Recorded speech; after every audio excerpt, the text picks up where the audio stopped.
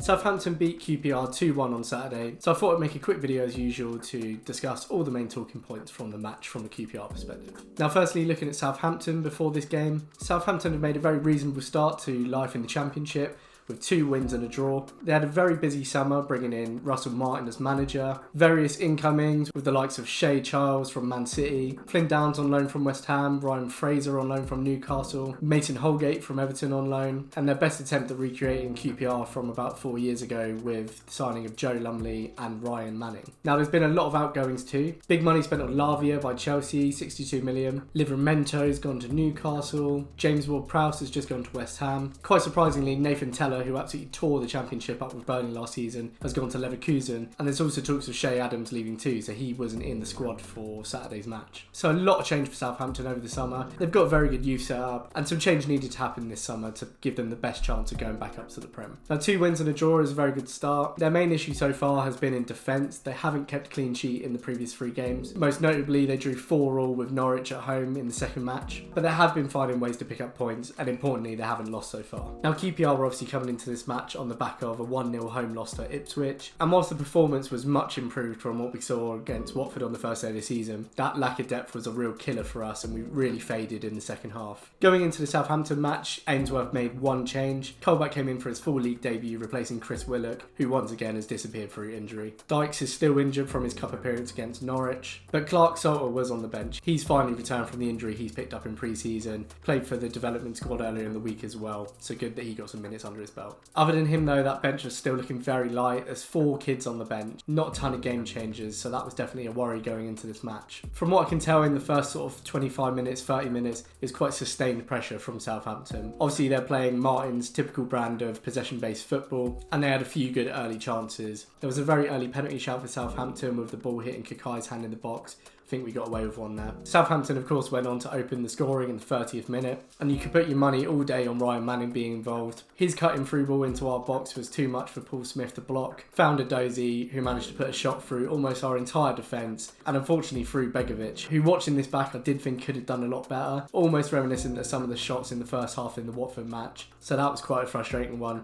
But I think as with the Ipswich match, when teams have this sustained pressure against us, eventually one is going to go in. Now the surprising bit was that we immediately responded. Paul Smith immediately took the ball onto the wing but couldn't quite find Sinclair Armstrong. But Smith wasn't to be deterred, and soon again was charging down the wing. Southampton didn't quite clear his cross into the box, and it fell quite neatly to Jack Colback, who had a nice long range effort from outside the box. Couple of bounces, in off the post, 1-1. Obviously brilliant we were able to respond so quickly. Great that Colback's got a goal on his league debut, and I was quite pleased to see the sort of togetherness from the squad celebrating the goal. They didn't drop their heads, which was really important. And for the rest of the half, it was all Rangers. Chair had a couple of really good efforts that were saved by Bazunu, but we couldn't quite find the goal to take us ahead. Now in the second half, we came out with the same pressure. Dazelle made a darting run through the midfield, laid off to Chair. He couldn't quite find the goal again. There was one shot that Chair had that was very similar to a Dozy's, and just talk about unlucky. If it had hit any one of those defenders, it was probably going in. From the aftermath of the following corner, an angled pass to Paul Smith hit the crossbar. That shot was almost perfectly recreated a couple of minutes later, but Smith put the ball over. And watching these clips back, as I said in the Ipswich match in Cardiff, we get a lot more players into the box, which I find really reassuring. The trouble came again when possession returned to Southampton. We're obviously playing quite counter-attacking football anyway. We don't really tend to keep the ball often, but especially against Southampton, as soon as the passing gets going,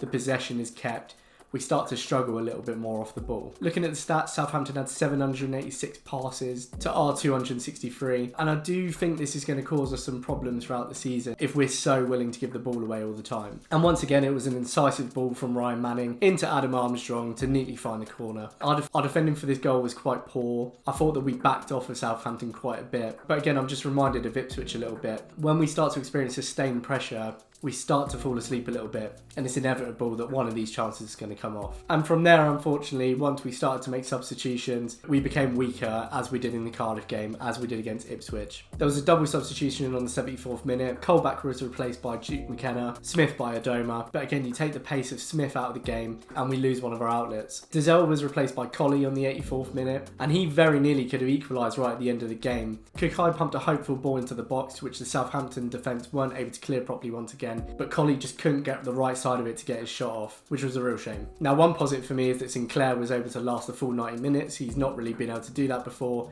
And I hope that's a sign that his match fitness is getting higher, because that's going to serve us really well in the coming games. But once again, it's that real lack of depth that's killed us here. We're continuously fading from games in 65, 70 minutes, and especially with the additional time that we're going to have to play this season, it's going to be a real killer for us. I really hope that Ainsworth's comments about not bringing in anyone else is actually him being quite coy. I know how tight the limitations of FFP are, but to me another forward and a right back is going to be essential if we have any chance of survival. If it's true that we can't afford any more without outgoings, then that's just another sign of the constant mismanagement of this board, leaving us incapable of even having an adequate number of players for this season. It looks like this was quite a positive performance again, but as with Ipswich, in spells we had the better chances, and unfortunately we're not taking them right now. Now when you're playing a 20-year-old striker who's only got 1 league goal to his game, that is unfortunately going to happen, and my worry is that if you don't take your chances in these games, they are going to start to dry up in others. There's also the fact that in early parts of last season, the season before, these were the kind of games that we'd actually go on to win, and we'd actually struggle against lower teams. And now we're not actually winning these ones, which is quite a worry. Our next 3 games, we've actually got 2 teams below us and 1 team who are only a point above us. Middlesbrough on Saturday the 2nd, they've not started the season well at all. That's a game we should definitely be looking to get points in. Sunderland on Saturday the 16th at home, and Swansea on the 19th of September. It's going to be really important we start to pick up points in these games, because it still ultimately is 1 win in 4. Hopefully the lads will be buoyed by the performances they put in, the improvements that we can all see. But I do worry that we don't pick up points from those next 2 or 3 games, that heads might start to drop. Thanks for watching. I do a video after every QPR match, so if you've enjoyed this, then please subscribe. And if you have any thoughts, please do share them in the comments. I reply to all of them. Thanks for watching. See you next time.